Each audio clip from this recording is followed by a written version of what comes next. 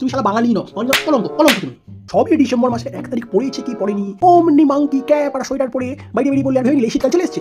বাঙালির শীতকাল এভাবে আসে না, বাঙালির শীতকাল পড়বে অন্যরকম ভাবে। কিভাবে তাও বলছি। হঠাৎ করে দেখবে তোমার বাড়ির লোক সারা বাড়ি তন্ন তন্ন করে খুঁজে আলমারির মাথা বা খাটের তলা থেকে সেই ব্রিটিশ আমলের পুরনো একটা নোংরা ময়লা ট্রাঙ্কের ভেতর থেকে ফুটো ফাটা তোমার দাদুর থেকেও প্রাচীন একটা কম্বল বার করে রোজ ছাদে সেটা রোদ্দুরে দিচ্ছে।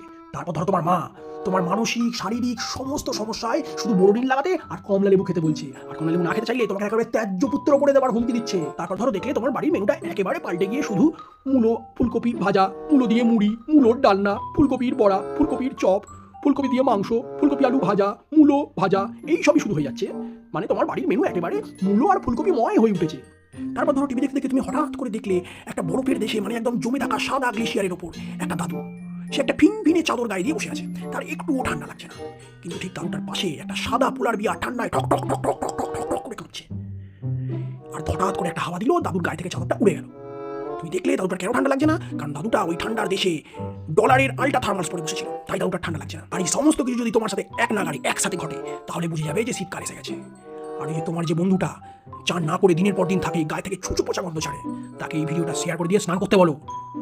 দেখা হচ্ছে পরের ভিডিওতে, ততদিন